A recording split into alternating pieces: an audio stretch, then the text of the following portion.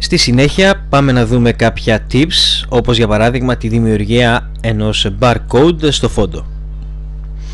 Barcode λοιπόν, δημιουργούμε ένα έγγραφο, από το μενού File επιλέγουμε το New και αφού βάλουμε τις παραμέτρους που επιθυμούμε, που είναι οι διαστάσεις κτλ, κλικάρουμε στο OK. Στη συνέχεια δημιουργούμε ένα νέο layer, το γεμίζουμε με λευκό χρώμα και επιτυχάνεται με το εργαλείο Paint Bucket, εφόσον πρώτα ορίσουμε ως χρώμα το λευκό. Μετά επιλέγουμε από το μενού Filter Noise, Add Noise. Είναι πάρα πολύ σημαντικό αυτό.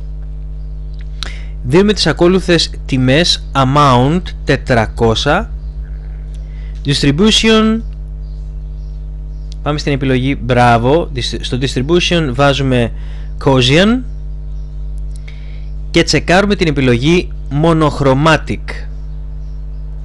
Στη συνέχεια επιλέγουμε από το μενού Filter Blur Motion Blur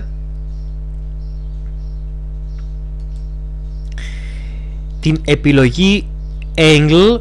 Στην επιλογή Angle πληκτρολογούμε 90, είναι πολύ σημαντικό αυτό, και στην επιλογή Distance 999. Για να τονιστούν λοιπόν τα μαύρα της εικόνας επιλέγουμε από το μενού Image, Adjustment, Brightness και Contrast.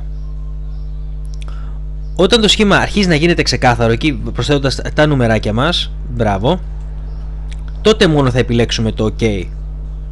Βεβαίως εδώ που βλέπουμε είναι μια πολύ γρήγορη επιλογή που έχουμε κάνει, αλλά αν παρατηρήσετε και αυξομοιώσετε τις τιμές θα πάρετε σίγουρα το επιθυμητό αποτέλεσμα.